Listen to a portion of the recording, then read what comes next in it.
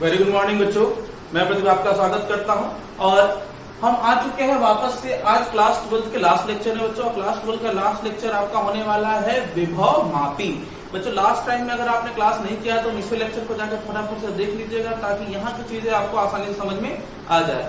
इसको हम लास्ट क्यों कह रहे हैं, पहले ये बात कर लेते हैं। लास्ट में हमने देखा था मीटर सेतु। जो बच्चे मीटर सेतु नहीं देखे उसको जाकर देख ले तो वो चीजें आपको समझ में आएंगी। अब हम आते हैं पोटेंशियोमीटर मतलब विभव मापी के बारे में बात करने। विभव मापी का मतलब क्या है, आइए समझ में कर लेते हैं क्या होता है।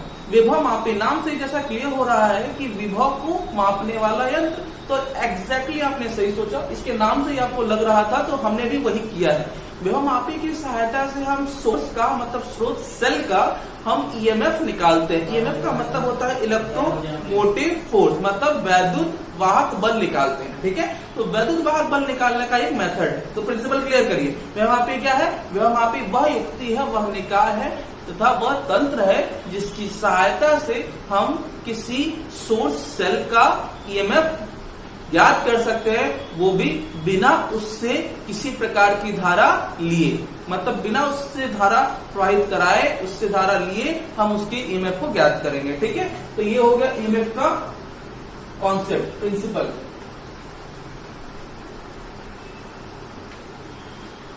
प्रिंसिपल क्लियर है बच्चों। अब मैं बात करूं इसके स्ट्रक्चर की। तो स्ट्रक्चर में क्या है, विभव मापी का स्ट्रक्चर थोड़ा सा सिमिलर है किससे, मीटर सेतु से। आइए भाई स्ट्रक्चर क्लियर करते हैं। इसका एक पॉइंट यहाँ पे आके कनेक्टेड होता है एक यहाँ पर लंबे से वायर से, जिसका नाम हमने यहाँ पे बी रखा हुआ है। ये ऊपर जाके एक पतले से वायर दूसरे वायर से लगा हुआ है जो एक कुंजी कहलाता है। ये नीचे आकर के लगा होता है बच्चों किससे, रियोस्टेट से। ये रियोस्टेट है। नीचे आकर के फिर ये आगे जाकर के मानक सेल से लग जाता है बच्चों, ये कुछ इस तरीके से। और फिर उसके बाद ये नीचे आकर के इस तरीके से आगे बढ़ता है। ठीक, यहाँ पे जो आपने देखा है ये इधर एक अलग से पत्ती से जड़ा होता है। ठीक है, जिसको हम कनेक्टिंग प्लेट कहते हैं। ठीक है, कनेक्टिंग प्लेट, ये प्लेट से जुड़ा होता है। फिर यहां से एक और लंबे प्लेट से 1 मीटर लंबे तार के द्वारा एक और अन्य प्लेट से जुड़ा होता है।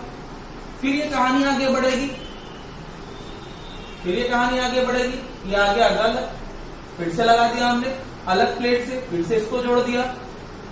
इस तरीके से ये कहानी रिपीट होती जाती है। ठीक है, और फाइनली ये यहाँ पर कनेक्ट कर दी जाती है। ठीक है, इस सर्किट को कनेक्ट करने के लिए यहाँ पर हम लगा के रखते हैं एक गैल्वेनोमीटर। ठीक है, धारामापी, जिसे हम इस तरीके से ला करके यहाँ पे जोड़ देते हैं। ठीक है, जिसका नाम होता है बच्चों क्या, जे। मेरी बात समझिएगा बच्चों, ये बी होता है। ठीक है, और ये हो गया बच्चों यहाँ पर ए। तो बी एक पॉइंट से चलकर ए अगले पॉइंट पर खत्म होता है। और ये जो तार बच्चों बनी होती है, ये बनी होती है कॉन्स्टेंटन या फिर बच्चों मैग्नीन का बना होता है। मैंने बता रखा हुआ है आपको कि कॉन्स्टेंटन या फिर मैग्नीन का वायर ही क्यों, क्योंकि इसकी इलास्टिसिटी प्रत्यास्थता अच्छी होती है, मतलब यूनिफॉर्म होने में इसको ज्यादा अच्छा माना जाएगा। ठीक है, बात क्लियर है ना। तो अब मैं आगे बढ़ूं तो इसके सेक्शन को एक तरफ से हमने रियोस्टेट से, प्रतिरोध नियंत्रक से जोड़ रखा हुआ है और एक मानक सेल से जोड़ रखा हुआ है, ताकि जो आकर के नीचे कहा जैसे हमने जॉकी के थ्रू कनेक्ट कर दिया। अब ये जॉकी से कनेक्ट करने का मतलब क्या, इससे फायदा ये होता है कि जब धारा जो है इसमें से होकर के जाएगी तो इसमें धारा मापी में हम रीडिंग पढ़ लेंगे। इसका एक जनरल डायग्राम बच्चों और है, ये पत्तियां है बच्चों। इसको हम लोग पहले कनेक्टिंग कनेक्टिंग स्लिट कहते हैं। ठीक है, तो कनेक्टिंग स्लिट एस आपका ये दूसरा कनेक्टिंग स्लिट है, ये तीसरा है बच्चों, ये चौथा है। ठीक है, और यहाँ पे आप पांचवा भी बांध सकते हैं। इस तरीके से लंबी वायर होती है। इसका जनरल डायग्राम एक मैं और बनाने जा रहा हूँ, थोड़ा इसको ध्यान से समझिएगा क्योंकि ये जनरल डायग्राम आपको आगे समझने में हेल्प करेगा। तो ये कुछ इस तरीके से आगे कुंजी से बच्चों और ये रियोस्टेट से ये लगा दिया बच्चों। यहाँ पर हमने ला करके एक लंबे वायर से इधर लगा दिया और फिर ये आगे जा करके यहाँ पर एक गैल्वेनोमीटर से जोड़ देते हैं और इसको ला करके इस तरीके से यहाँ पे कनेक्ट कर देते हैं। तो ये बच्चों हो गया ए बी 2 तार, और यहाँ पर हो गया मेन सेल, ये हो गया कुंजी और ये हो गया रियोस्टेट। देखिए बच्चों थोड़ा ध्यान से कि ये इसका स्टैंडर्ड डायग्राम है, ठीक है, जो एक्चुअली आपको एक बड़े से कार्डबोर्ड पर देखने को मिलता है। ये वायर कुछ इस तरीके से हमने एडजस्ट कर रखा हुआ है, और यही चीज अगर मैं सिंप्लीफाई कर दूं तो ये कुछ इस तरीके से डायग्राम निकल के आता है, जो कि इसी को एग्जैक्टली बताता है। बात समझ आई? अब मैं क्या करना चाहता हूं कि स्ट्रक्चर के बाद इसका वर्किंग प्रिंसिपल क्या होता है। वर्किंग प्रिंसिपल, आइए वो थोड़ा समझने की कोशिश करें। वर्किंग प्रिंसिपल मतलब क्या है बच्चों? क्रिया सिद्धांत इसको कह सकते हैं, ठीक है, या कार्य सिद्धांत। क्रिया सिद्धांत या कार्य सिद्धांत। कार्य सिद्धांत की कहानी क्या है?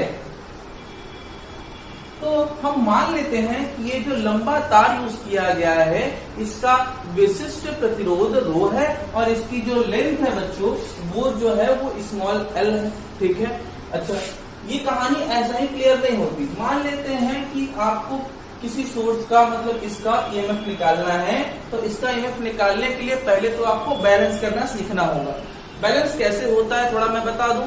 बैलेंस करने के लिए आप सबसे पहले इस जॉकी को पकड़ करके लेफ्ट जाते हो, तो जब ये लेफ्ट जाते हो तो ये करंट विड्रॉ करता है। जब ये करंट विड्रॉ करेगा तो करंट इसमें भी जाएगा, करंट इसमें भी जाएगा, और ऐसे केस में इसमें डिफ्लेक्शन देखने को मिलेगा। बात क्लियर करिएगा। अगेन मैं बात करूं, इसको थोड़ा और आगे ले जाऊं। जब इसको और आगे ले जाता हूं तो इस वाले सेक्शन में करंट जाता है, और इस वाले सेक्शन से इस वाले सेक्शन में फिर करंट जाएगा, और इस वाले सेक्शन में इस बार करंट डायरेक्शन इधर से होता है। तो इसका मतलब ये देखने को मिलता है कि डिफ्लेक्शन जो है अदर साइड में। इसको हम तब तक स्लाइड कराते रहते हैं आगे पीछे जब तक कि इसमें गैल्वेनोमीटर में क्या ना देखने को मिले, जीरो डिफ्लेक्शन ना देखने को मिले। जैसे ही हमें गैल्वेनोमीटर में जीरो डिफ्लेक्शन देखने को मिलता है, यहाँ पर हम कहते हैं कि इस समय सेल का जो ईएमएफ है वो इस वाले सेक्शन मतलब एजे सेक्शन के क्या है, इक्विवेलेंट हो गया है, इक्वल हो गया। बात समझ आई? तो एग्जैक्टली हम यही काम करने वाले हैं, मतलब इस वाले सेक्शन पर थोड़ा काम करेंगे। तो इस वाले सेक्शन का वैल्यू निकालेंगे कैसे आप? तो इस वाले सेक्शन की वैल्यू निकालने के लिए आपको डिसाइड करना होगा कि इसकी लेंथ क्या है।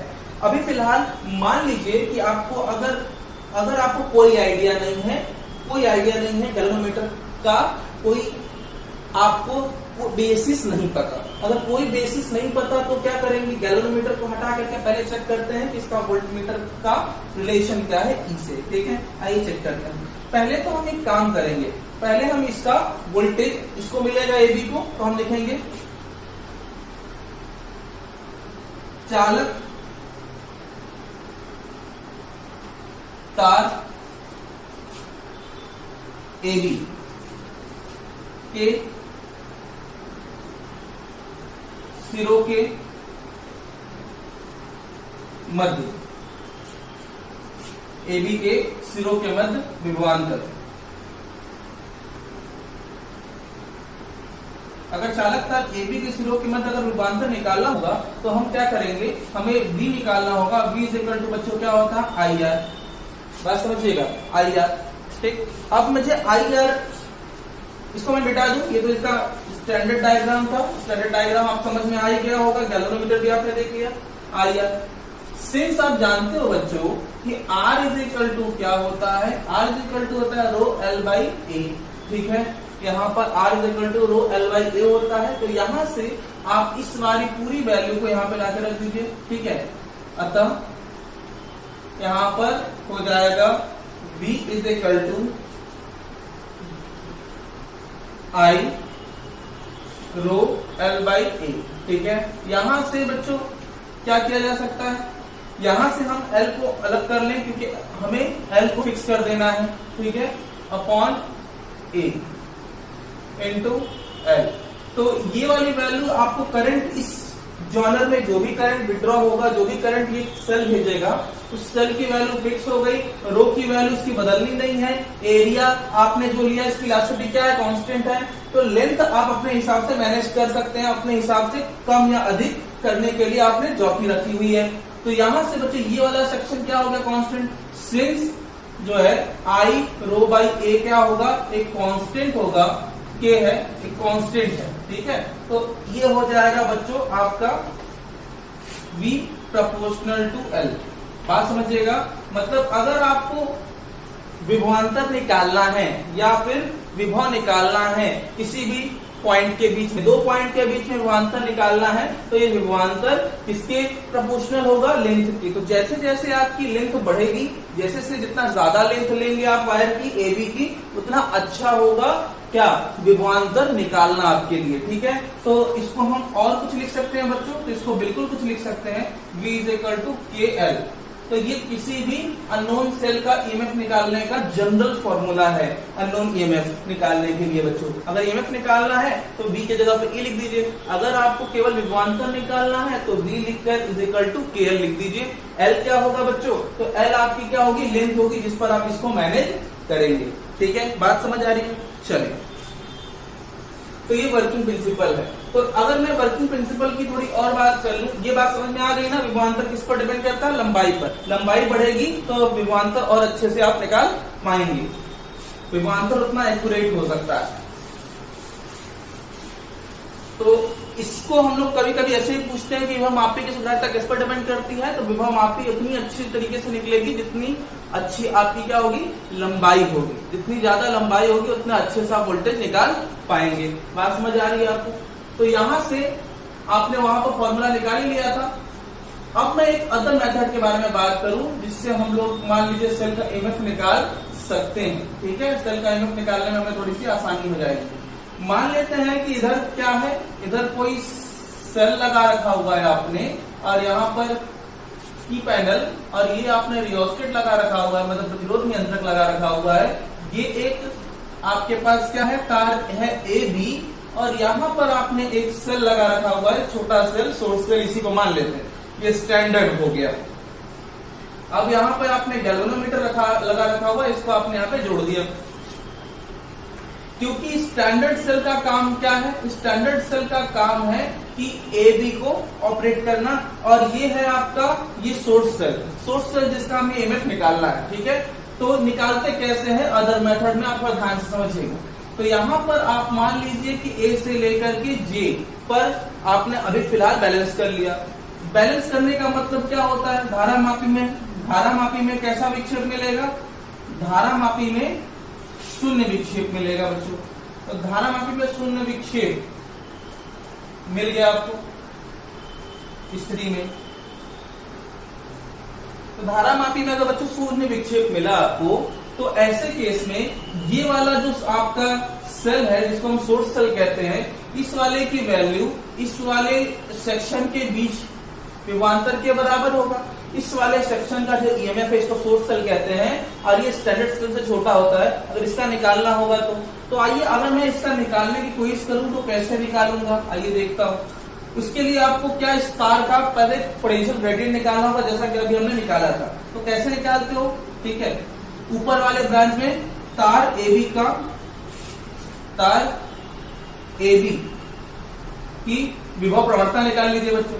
विभव प्रवणता कैसे निकालते हो आप, विभव प्रवणता को हम लोग यहाँ पे K बोल देते हैं। तो K = टोटल ईएमएफ जो इसको ऑर्गेनाइज स्टैंडर्ड सेल कर रहा है। तो स्टैंडर्ड सेल की वैल्यू कैपिटल E दे दीजिए बच्चों, और नीचे इसकी लेंथ आपको नहीं पता तो जाकर के आप मेजर कर सकते हैं, ये आपको लैब में मिल जाएगी। ये आपने क्या निकाल लिया, K निकाल लिया बच्चों, इसका नाम रखिए A। जैसे ही आपने K निकाल लिया, अब देखिए बच्चों मैं ये इरेज कर रहा हूं। तो बच्चों आपको K की वैल्यू जैसे ही पता चल जाती है, तो बस आपको यहां से यहां तक की वैल्यू निकालनी है, और ये आपने बैलेंस कर लिया है। इस समय आपको डिफ्लेक्शन क्या मिलता है, 0। मतलब इसमें नीडल आपकी सीधी होगी, ना धारा ऊपर से इसमें जाएगी, ठीक है, सेल में, ना सेल से ऊपर जाएगी। मतलब इस समय सेल से कोई भी करंट नहीं लिया जा रहा। जब सेल से कोई करंट नहीं लिया जाएगा तो इस समय हम इसको कहते हैं शून्य विक्षेप या फिर संतुलन की स्थिति। शून्य विक्षेप या संतुलन की स्थिति में आपको बस यहां से J तक का पोटेंशियल डिफरेंस निकालना है। ठीक है, तो A J के सिरों के मध्य क्या विभवांतर बराबर होगा सेल, ये वाला सेल बच्चों, सेल के ईएमएफ वैद्युत वाहक बल के, ठीक है, तो सेल का वैद्युत वाहक बल के बराबर होगा। तो एजे के सिरों के बीच में विभवांतर V जो कि बराबर होगा सेल के ईएमएफ ई के। और ये निकालोगे कैसे, आपको विभव प्रवणता पता है। विभव प्रवणता का मतलब होता है 1 सेंटीमीटर में कितना, 1 सेंटीमीटर में कितना पोटेंशियल ड्रॉप हुआ। तो 1 सेंटीमीटर में कितना पोटेंशियल ड्रॉप हुआ आपको पता ही चल जाएगा 1 सेंटीमीटर में। तो आपको केवल इतने का निकालना है, ठीक है। आइए निकालते हैं। तो आपको क्या करना होगा बच्चों, सिंपल है, कुछ नहीं करना है। तो आपको ये पता ही है 1 सेंटीमीटर का, आपको कितने का निकालना है, एल डिस्टेंस का निकालना है। ये स्मॉल एल आपने कर दिया। यहां से आपको मिल गया V is equal to epsilon is equal to K L. अब यही आपकी वैल्यू होगा। और ये एल क्या है, संतुलन की स्थिति, संतुलन की स्थिति बच्चों, ठीक है। बात समझ आ गई। तो यहां से आपने विभवांतर निकाल लिया किसका, इस एजे का, और यही सेल का ईएमएफ भी होगा। बात समझ में आ गई। तो यहां से अगर आपसे पूछा जाए कि सेल की सुग्राहिता अगर बढ़ानी है, सुग्राहिता का मतलब क्या होता है पहले समझे। सुग्राहिता बढ़ानी है तो सुग्राहिता का मतलब ये होता है कि एक सेंटीमीटर में, ध्यान दीजिएगा, 1 सेंटीमीटर में कितना पोटेंशियल ड्रॉप होता है अगर आपको पता चल जाता है तो आप विभव निकाल लेते हो। लेकिन अगर मैं आपसे ये कहूं कि 1 सेंटीमीटर की वैल्यू जो पोटेंशियल ड्रॉप है वो जितनी छोटी होगी उतना सुग्राही होगा, इसका मतलब क्या होता है आइए समझने की कोशिश करें। अगर मैं आपसे बोलूं कि 0.006 और 0.0006 में कौन ज्यादा सही मान बताता है, तो निश्चित रूप से आप बताएंगे कि इसकी ये वाली वैल्यू ज्यादा सही मानी जाएगी। नीचे वाली वैल्यू ज्यादा सही इसलिए है क्योंकि आपकी दशमलव के 4 स्थान तक है। तो यही कहानी मैं बोलना चाहता हूँ कि अगर यह प्रवणता जितना दशमलव के ज्यादा स्थान तक आएगी उतना एक्यूरेट वैल्यू देगी, और जितना ये एक्यूरेट वैल्यू देगी आपके लिए भी अच्छा और आपके सेल के लिए भी अच्छा, आपको सही वैल्यू मिलेगी। तो यहां से अगर मैं सुग्राहिता की बात करूं, अगर मैं सुग्राहिता की बात करूं तो सेल की सुग्राहिता कैसे बढ़ाई जाती है। तो सेल की सुग्राहिता बढ़ानी है तो कोशिश बस ये करनी होगी कि लेंथ जितनी ज्यादा होगी तो के की वैल्यू उतनी डेसिमल में अधिक होगी, और जितनी डेसिमल में अधिक होगी उतना ही एक्यूरेट वैल्यू मिलेगा। मतलब सेल की अगर आपको सही वैल्यू चाहिए तो लंबाई विभवमापी के तारों की अधिक से अधिक हो। तो तार की लंबाई बढ़ाने पर, तार की लंबाई बढ़ाने पर, ठीक है, कौन सी तार है बच्चों, ये एजी वाली नहीं, एबी वाली, ठीक है। तार की लंबाई बढ़ाने पर सेल के ईएमएफ मतलब वैद्युत वाहक बल का यथार्थ मान ज्ञात किया जा सकता है, यथार्थ या फिर शुद्ध मान ज्ञात किया जा सकता है। लिख लीजिएगा बच्चों, शुद्ध मान ज्ञात किया जा सकता है, ठीक है। जिनको ये बात क्लियर नहीं होगी वो यहीं से बता दें मैं। तो यहाँ पे k की जगह पे आप वैल्यू रख सकते हैं क्या, E/L इंटू स्मॉल एल। तो ये स्मॉल एल बच्चों क्या है, ये स्मॉल एल आपका जिस पर आपने बैलेंस किया है, और कैपिटल एल आपकी कुल लंबाई। तो क्या अधिक होनी चाहिए, तार की कुल लंबाई अधिक होनी चाहिए, ना कि संतुलन वाली लंबाई। ध्यान दीजिएगा, इसी को मैंने शुद्ध मान के बारे में जिक्र कर दिया है। तो बात समझ आ रही है, ओके। तो यहाँ पे विभवमापी का कॉन्सेप्ट क्लियर है। अब यहाँ पे इसके 2 केस है जिससे हम लोग क्या करते हैं, विभवमापी निकालते हैं, विभवमापी की सुग्राहिता ज्ञात करते हैं और अलग अलग मेथड के रूप में इसको इस्तेमाल करते हैं। वो भी मैं बता दूंगा आपको कैसे करना है।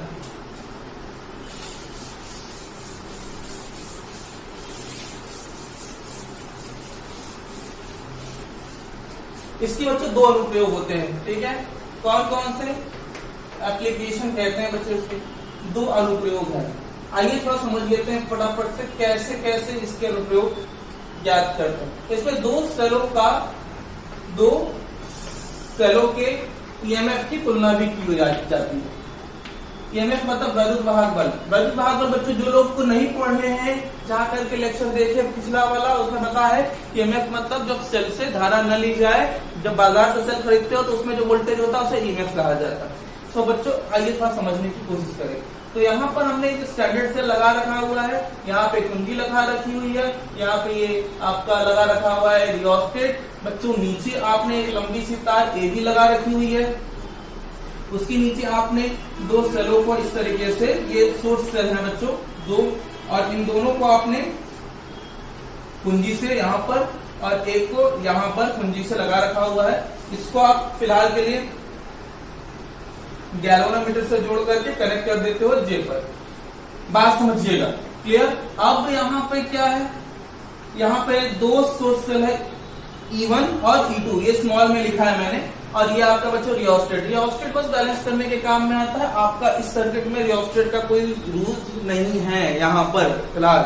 तो मैं बात करूं अगर कि एप्सिलॉन 1 या फिर E1 और E2 के बारे में, तो कैसे काम करेगा। मैं जब पहले K1 और K2 के बारे में बात करता हूं, तो पहले K1 को ऑन कर दीजिए, मतलब कि इसको धारा लगाने के लिए इसको बंद करिए तो धारा इसमें बहेगी, और इसको खोल दीजिए तो ये वाला एक्टिव हुआ। जैसे ही एक्टिव हुआ इसको आगे पीछे बैलेंस करिए।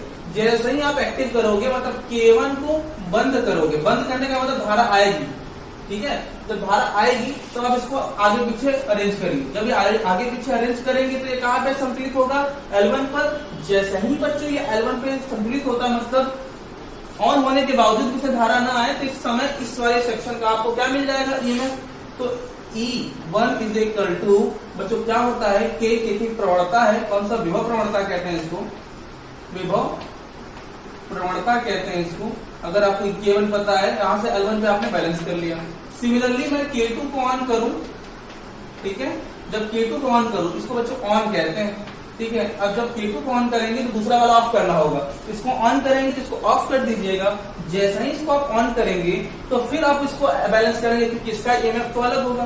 फिर सब जब इसको बैलेंस करोगे तो ये यहाँ पे नहीं मिलेगा, फिर ये कहाँ मिलेगा बच्चों, मान लीजिए यहाँ पे मिला था पहले, अब ये कहाँ मिलेगा, मान लीजिए यहाँ पे मिलता है इस बार, जब आपने इसको क्या किया, ऑन किया, ठीक, और इसको ओपन कर दिया, ये ओपन हो गया। तो ऐसे केस में ये बैलेंस कहां पर होगा बच्चों, ये बैलेंस हो गया L2 पर, जहां पे संतुलन की स्थिति में फिर से क्या मिलेगा आपको, 0 मिलेगा। जैसे ही बच्चों आपको 0 मिलता है, नाउ आप एप्सिलॉन मतलब E2 के L2, इसका नाम आप सेकंड रख देते हो नाउ, ठीक है। अतः आप इसको डिवाइड कर लो तो हो जाएगा epsilon 1 upon epsilon 2 is equal to KL1 upon KL2, और यहां से आपको वैल्यू मिल जाएगी L1 upon E2 is equal to L1 upon L2। L1 upon L2 का मतलब पहली स्थिति संतुलन की, दूसरी स्थिति को डिवाइड कर लेंगे और इन दोनों के बीच में पता कर सकते हैं कि कौन कितना बड़ा है एक दूसरे से। बात समझ आई। अगर मैं बात करूं दूसरा एप्लीकेशन जो कि आपका इसी तरीके से है, सिमिलरली यहाँ पर आप जैसे ईएमएफ निकालते हो ना, तो यहाँ पे दो सेलों का ईएमएफ नहीं निकालेंगे बच्चों हम लोग। यहाँ पे क्या करेंगे, यहाँ पर हम लोग किसी अज्ञात सेल, जो कि हमको अभी फिलहाल दिया गया है, अज्ञात सेल का आंतरिक प्रतिरोध ज्ञात करेंगे बच्चों। आंतरिक प्रतिरोध, ठीक है, ज्ञात करना है। कैसे करें बच्चों, आइए चेक करते हैं।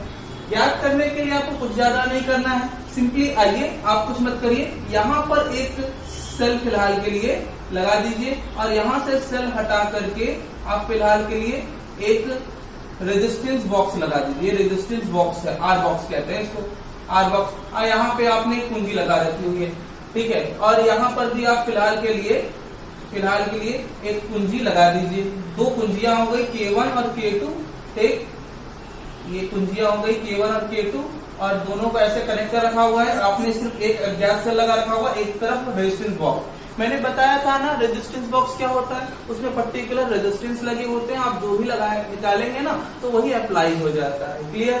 तो सिमिलरली मैं बात करूं, अगर मेरे पास एक अज्ञात सेल है, तो पहले तो आप एक काम करें, एक काम करना ये है कि सेल को ऑन करिए और रेजिस्टेंस को क्या कर दीजिए, ऑफ कर दीजिए। इससे क्या होगा कि करंट इसमें नहीं जाएगा, सीधे आगे जाने के लिए तैयार हो जाएगा। बैलेंस करने के लिए इसको क्या करिए, आगे पीछे करिए। तो मान लीजिए ये यहाँ पर बैलेंस हो जाता है, कौन, पहले वाला जब K1 ऑन करते हैं। तो फिर से करिए, K1 ऑन करिए।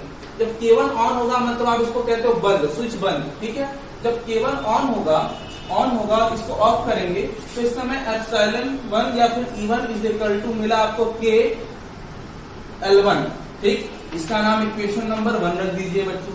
सिमिलरली मैं बात करूं अगेन पुनः, अब जब इसको भी आप क्या करें, ऑन कर दें, ठीक है। इसको जैसे ही ऑन कर देंगे आप फिर आगे पीछे करेंगे तो करंट जो है फिर से ड्रॉ होगा, और इस बार जब आगे पीछे करेंगे तो कुछ करंट इसमें जाएगा जरूर, क्योंकि अब तो दोनों ऑन है। इसमें K1 भी ऑन करना है और K2 भी बच्चों ऑन करना है, दोनों ऑन करना है। जब दोनों ऑन करेंगे तो करंट इसी में साइक्लिक ऑर्डर में मूव करेगा, मतलब करंट इसमें जरूर जाएगा, इसमें जरूर जाएगा और आगे भी जाना है। तो फिर अब थोड़ा ड्रॉप तो इधर हो जाएगा, इस बार बैलेंस कहाँ होगा, मान लो J2 पर।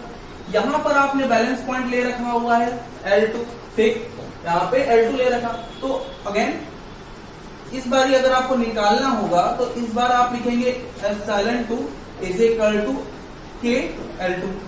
एक बात का ध्यान रखना है कि इस बार जो यहाँ से यहाँ तक की वैल्यू मिली है वो एग्जैक्ट ईएमएफ नहीं मिलेगी, क्योंकि यहाँ पे कुछ ड्रॉप हो जा रहा है। तो इसको ε2 या फिर आप इसको लिख सकते हो बच्चों V भी लिख सकते हो, ठीक है। Again this is known as 2, ठीक है। डिवाइड कर लीजिए इसको नाउ।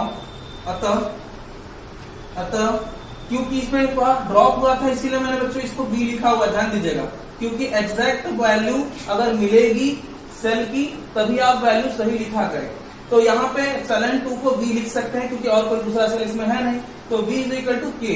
तो यहाँ पे एप्सिलॉन, सिर्फ एप्सिलॉन, और यहाँ पे एप्सिलॉन डैश लिख दीजिए या फिर v लिख दीजिए। तो एप्सिलॉन या फिर e अपॉन v, ये अपॉन ये इज इक्वल टू बच्चों KL1 अपॉन KL2 कैंसिल हुआ, आप L1 अपॉन L2 लिख दीजिएगा सिंपली, और यहाँ पे इसका नाम दीजिए थर्ड। बात क्लियर है? थोड़ा सा और आगे बढ़ते हैं। अब मुझे निकालना है इंटरनल रेजिस्टेंस। थोड़ा सा चलते हैं बैक में और थोड़ा समझने की कोशिश करते हैं। देखा हुआ है पहले कि IR is equal to E minus V लिख सकते हैं।